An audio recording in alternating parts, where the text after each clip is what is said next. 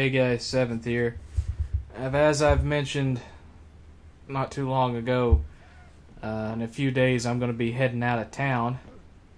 So I'm trying to muster up, stockpile a lot of game footage so that I can still have something uploaded while I'm out of town.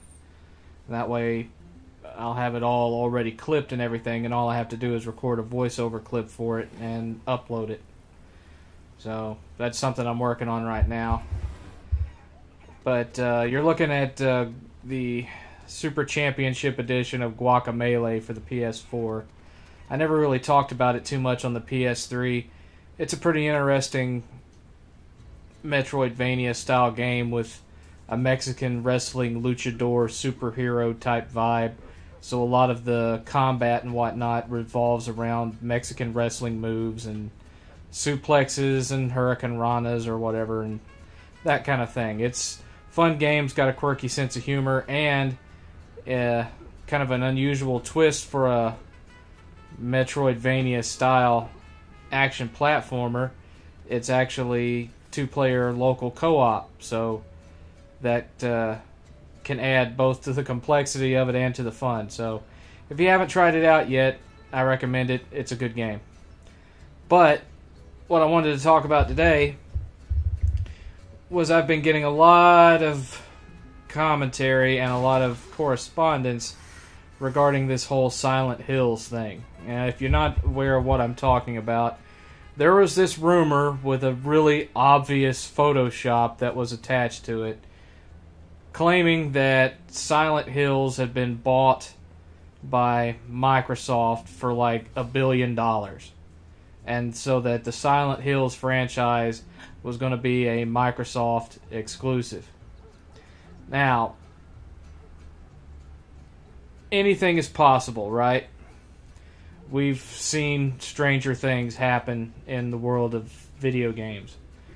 But just a few points. One, again, the Photoshop was incredibly fake. It was supposed to have been a picture taken off screen of a trailer or an image showing at the bottom coming to Xbox One 2016. But when you looked at the bottom of it, the development house that was supposed to be making this game was listed as the same company that made Kinect Adventures and Kinect Star Wars and some of the other Kinect crap. So right off the bat, what it looked like was they had taken the top poster teaser image that had been shared when the game was first announced and just slapped one of those bars across the bottom that shows who developed it, who worked on it, and all that kind of stuff. So it was a pretty poorly done Photoshop, all things considered. Secondly, the Silent Hills franchise has not had a hit in probably going on 10 years or longer. So the thought of anybody, any corporation, regardless of how much money they have, thinking that spending $1 billion on Silent Hill is a good idea, no. I'm going to say no on that. Thirdly, the two primary masterminds behind this game have both come out publicly and stated that it is dead, that it's not being worked on anymore and won't be. The actor who is going to play the lead character has said that it's dead, and as much as he'd love it to come back, it's not. And after this rumor swirled around for a week or so, Phil Spencer came out and publicly stated that it was pure rumor, that it wasn't true, that it wasn't going to happen. And I've actually had Xbox fanboys continue to push this like it's fact, because they say, well, they've lied about rumors before and then turned out to be true. Yes, but when you have a week where the Uncharted collection gets leaked and Naughty Dog has to come out early about it and admit to it because of the leak, when you had Fallout 4 get leaked, and so they had to come out and show what they had for it. You had some other game, I can't remember which one, got leaked, and they had to come out and show what they had for it. You would think that something of Microsoft's getting leaked, they would go ahead and admit to it just so they'd have something to take away attention from Sony and Bethesda and all these others and keep the focus on them, rather than saying it was a lie and just hold on to it until E3. Because after all, everyone keeps telling me how the Microsoft one is going to have all these unannounced games and everything. If they've already got that much content, one exposed leak ain't going to hurt them. I mean, it happens every year, and they fess up to it and say, yes, it's coming, etc., etc. So, while anything is possible, I'll say that if there is any truth to it, it certainly wasn't for no $1 billion, because the franchise, frankly, is not worth that. The movie series is dead, and the game series hasn't been a hit in damn near a decade, if not longer. The last several games in the series have all sucked and have all been massive flops. So I'm not going to say 100% that it's not true, even though Phil Spencer has said that it's 100% not true. But I'm going to strongly suggest that it's bullshit. Of all the series that they could spend $1 billion on, I just don't see Silent Hills being one of them.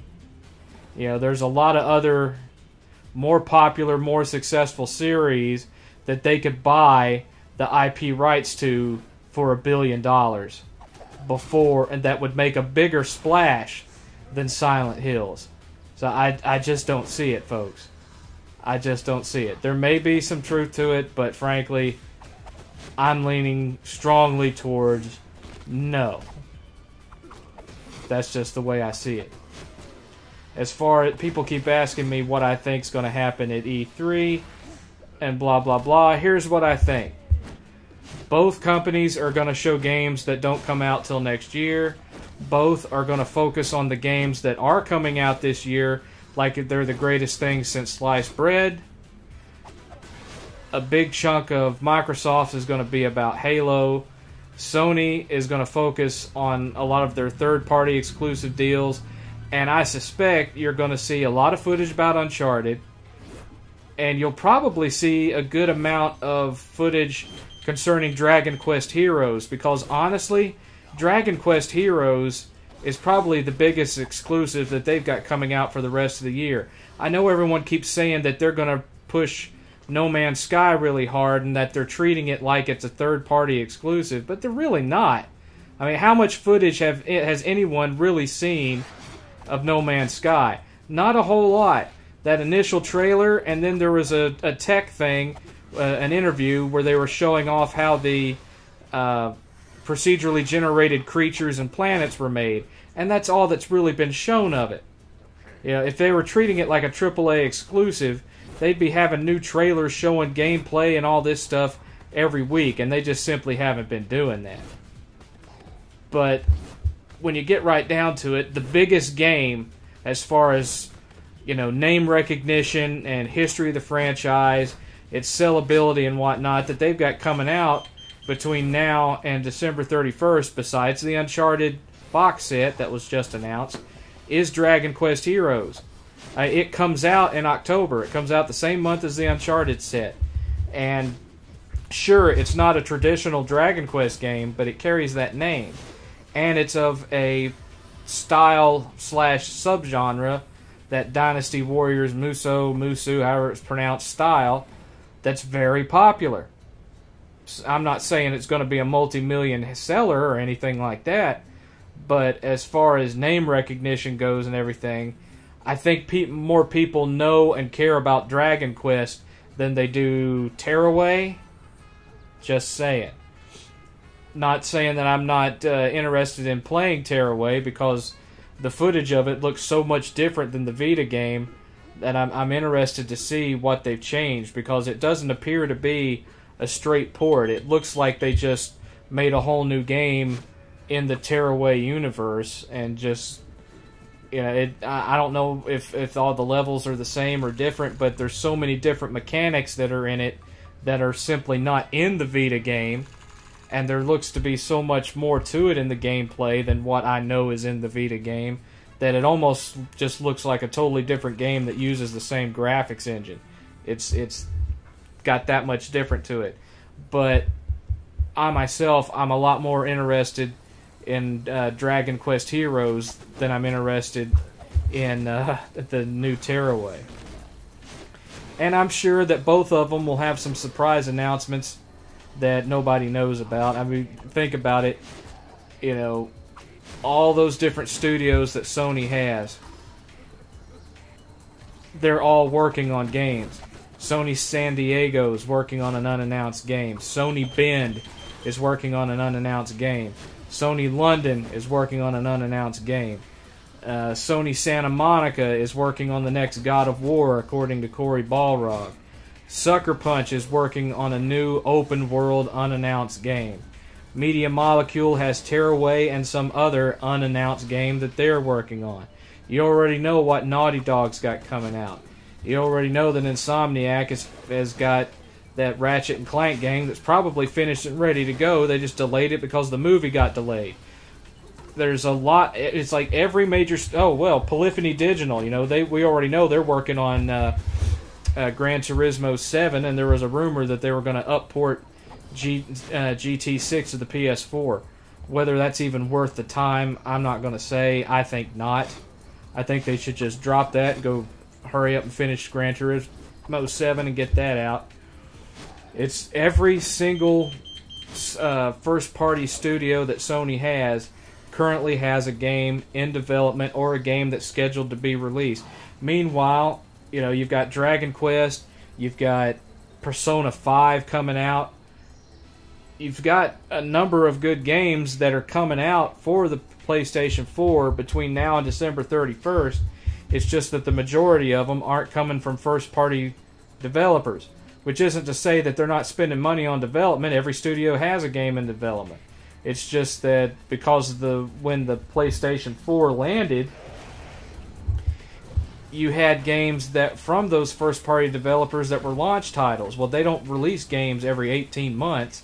There's usually a 2-year gap between when one comes out and another. Look at Guerrilla Games. Guerrilla has been split into 2 studios, so now you've got Guerrilla Games and Guerrilla Cambridge. And Guerrilla Games is supposed to be working on this new open-world action RPG that has to do with robotic dinosaur-looking creatures. And then I believe that the Killzone franchise has been passed over to Guerrilla Cambridge. So whatever happens with it in the future is going to come from them, I think. So lots of stuff coming. And that's what I told you guys before, is that it was going to follow the life cycle of the PS3. And the PS3, for the first 2.5 years or so that it was out, didn't have a hell of a whole lot in first-party exclusives. It wasn't until 2009 that all of a sudden we started getting flooded with them. Same thing's going to happen here. First 2 to 2.5 years, it's kind of sparse in the first-party exclusive area. Plenty of second-party and third-party, but a little light on the first-party.